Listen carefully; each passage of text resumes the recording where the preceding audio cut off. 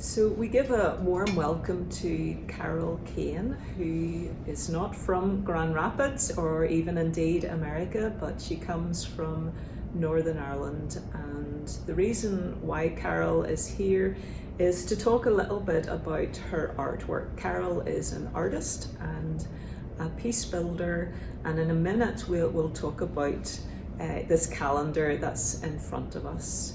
So if you were to say a few sentences, Carol, about what kind of work you're doing in the world of art and peace building, how would you describe it?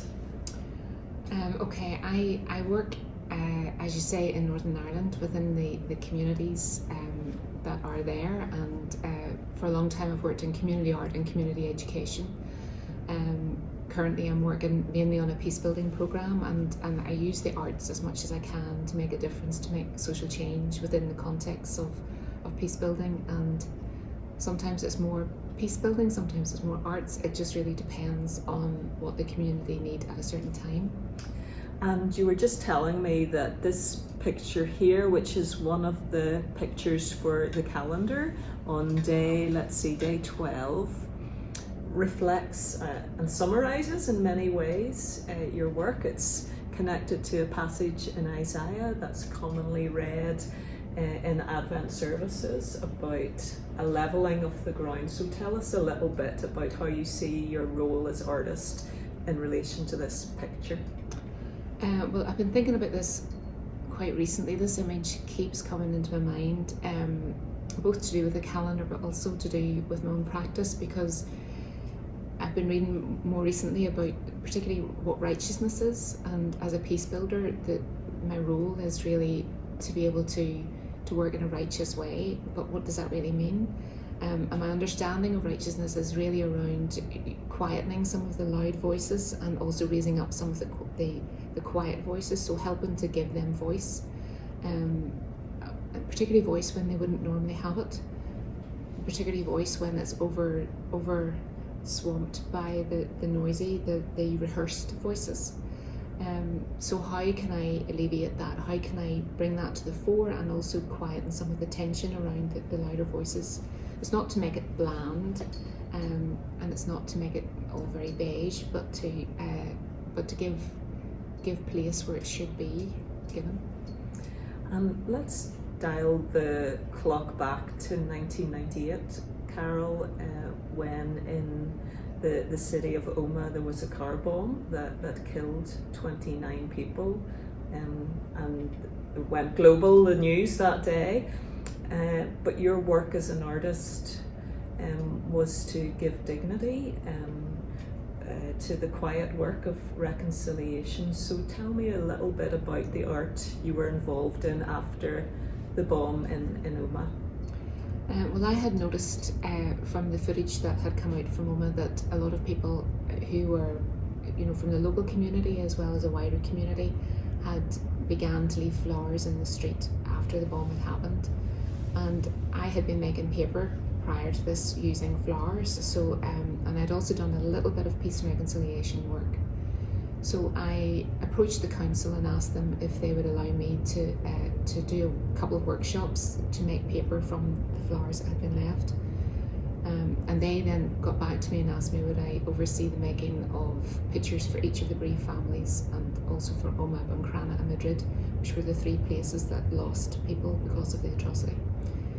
So I worked initially with about 150 people, primary school children, secondary school children and adult volunteers, and we made pictures for each of those families and just the requirements of the council. So that was a very powerful experience, and did give voice really to people who were not knowing what to think. They were traumatized and bereft and very confused about what had happened in the bomb. So that's what it was initially at the early stages. And Omagh was 1998, and then in 2018, 20 years later, you went back to Omagh. Is that right? And it's always difficult. How do you remember tragedy well. So you were involved in a different art project. What was it called? It was called really Seeds of Hope, following on from Petals of Hope, which had been the original one, the original project. So I worked with, again, another 150 people roughly. Some of those had been some of the people who I had originally worked with. Some of them were young people and children who had been born in the previous in the 20 years, yeah. And we made bags and tags, basically, so little bags of seeds with decorated tags, and went through a process in order to be able to do that. And effectively, it was really about, I went with the approach of thinking about how can we remember forward. So it wasn't about forgetting about the people who had passed away or lost their lives. It was acknowledging the people who were still being injured, but how can we remember forward and remember differently?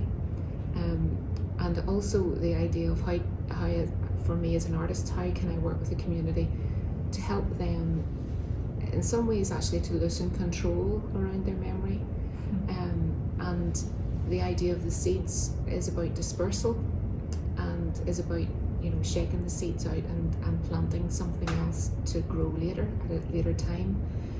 So the 20-year mark seemed to be a bit of a milestone in order to be able to for us to carefully think about how to move on. And for me, as an outside artist who doesn't come from that area, but for me as a facilitator, to help people be in that space where they loosen control in order to be able to maybe pick up other things as well. So that's an interesting phrase, loosen control, and I'm wondering, when we think of the role of artist in places of tension and trying to enable that attitude of peace building, how does it work? Carol, how does an artist peace build? What do you think about in your role as an artist? Well, you think about the art, you think about the making of the work. And I was a young artist when I went into OMA initially, so I didn't know what I was doing, and I just worked very intuitively. But the focus for me was all about bringing people into a space that they were not familiar with, and helping them create something after a situation that had been very destructive. So people came into the space saying that they felt frozen and they felt that they couldn't feel anything. And then after they played with buckets of water and basins of water, as you do in paper making, then they left my workshops, and they would have said that they felt very tired, but they also said that I'm starting to feel again. So it was really about how to give a focus and an intentionality about being in that space, and also awakening the senses. So they were feeling the water. The basins of water were very cold in November. They were very cold. We worked pretty much outside, but there was the smell of the flowers, and they were using their eyes, and so there was all of the senses were being alerted. And for those people who had been in a bit of a traumatized situation where their senses had closed down, it was really critical for them to have that sense of becoming alive again. So I would very often use a phrase or refer to, in the line The Witch in the Wardrobe, the part where Aslan breathes on the stone figures and they come alive. So that's, for me, that's what the arts can do. And that sense of peace, that when they're focused on making something, their problems temporarily disappear, or they hang up their problems with their coats as they come into that space, and then they can go out back to their problems having had the break from them, which is really critical, because we tend to kind of stay in stay in the lock of our problems, as opposed to being able to step out of them. So we come back with fresh eyes. So it's a work of liberation, a work of resurrection, transformation, but creating a space where that can happen and be enabled and encouraged. Yeah, and there were many spaces like that through the process. There are many spaces. It can be in the workshop space, or it can be where the work is actually seen. We always knew, for example, in Omagh, that that the exhibition would be up for the public for 2 weeks, but the public kept coming back to see the work. So when they came back, they just sat with the artwork and just sat and looked at it. So that eventually, anyway, we had the exhibition up for about 7 weeks. However, with Seeds of Hope, the bags and tags were displayed in the library for people to see, and I always knew it would be no more than 2 weeks because they were distributed at a remembrance service. So it was the idea of this has to be given out, this has to be sent out. So that was quite conscious at that stage in the process. Wonderful, wonderful. Let's move on to talk about this project, Advent Life Lights. So it's a calendar for Advent, obviously, but what gave you the idea, and what's the process of how you arranged your work? This is all your handicraft, and it's also your poetry too, is that correct? Yeah, so yeah. Tell us about it, Carol. Well, I had been doing a master's and studying in Switzerland, and kind of we were being encouraged to make art every day, and I felt that in itself was a bit of a mammoth task. So it was the kind of the opposite of Lent. It was the idea if I could do something for a period of time, and then I would get into the practice of doing it. So I had thought Advent was coming up, so I thought, I wonder would I have the stickability to be able to make something visual and have a written piece for every day of Advent. So I went into the beginning of that particular Advent not intending to make a collection, but working in tandem, that sometimes the words inspired the visual, sometimes the visual inspired the words, and then I posted it on social media, and in the run up to Christmas then had quite a little bit of feedback, some interesting conversations with people when they were seeing what I was doing. People were very curious, why would you want to do that or whatever. But I found it helped me as a devotion as well, and helped me to be able to explore the Christmas story, which is so well known, but to explore it in a different way. So after that Christmas then I realised I did have the collection, and I thought, I wonder could I actually frame this in that way. So that was really how the calendar came about.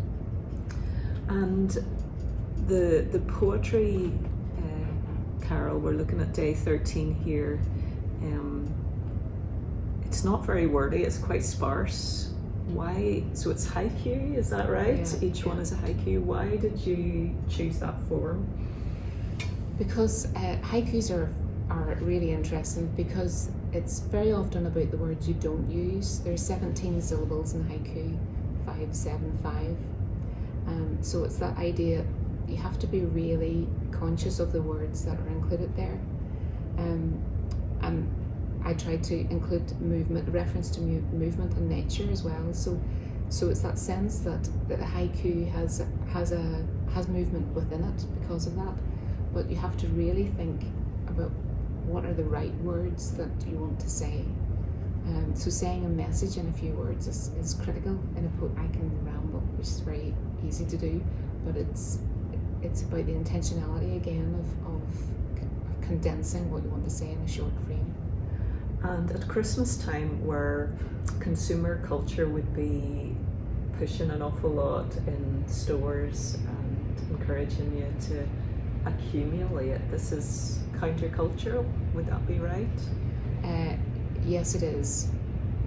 Yes, it is. And I think particularly for this day, this to me is kind of sums up the calendar in many ways, because I refer elsewhere in the calendar to the innkeeper and the fact that the innkeeper allowed Mary and Joseph into the inn. I'm not sure if he realised what he was doing, but he gave them room. He gave them a little bit of his space, and very often it's very hard to do that within the context and the fast run of Christmas, is to give Jesus and to give the point of Christmas a little bit of space. Yeah. Very Very good. Are there any other? So every day in the calendar has a different theme, or does it focus on characters or parts of the story? What's the shape of it? Well, the shape of it, I guess I try to think of some days. Sometimes it's about a person. Sometimes it's about a part of the story.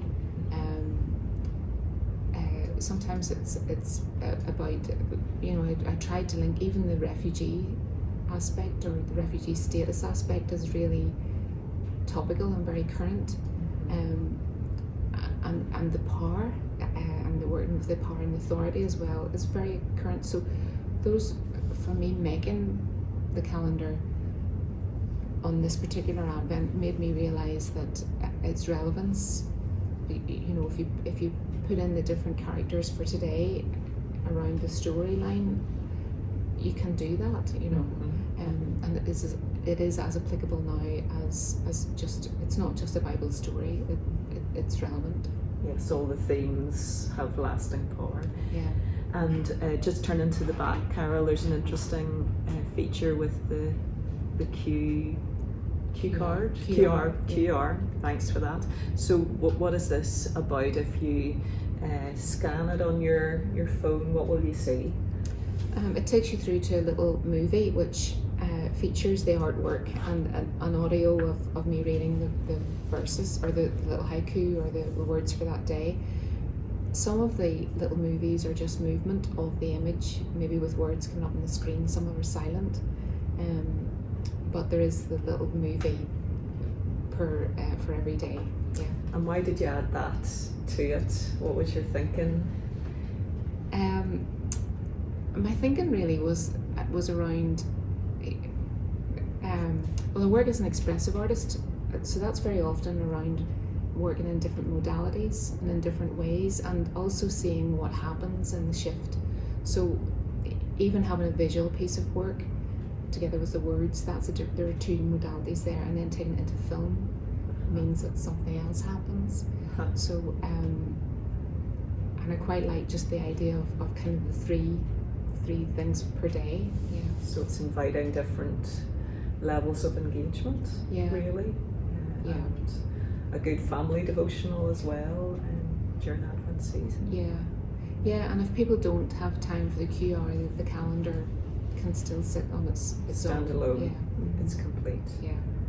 Great. Well, thank you so much for coming, Carol, for bringing your calendars here to Church of the Servant, and we hope it'll be a space for people to look at the story with fresh eyes, and an invitation to go deeper into the wonder of the Incarnation. So thank you so much for bringing your work here to us. You're welcome. Thank you, Karen. Thank you. Thanks.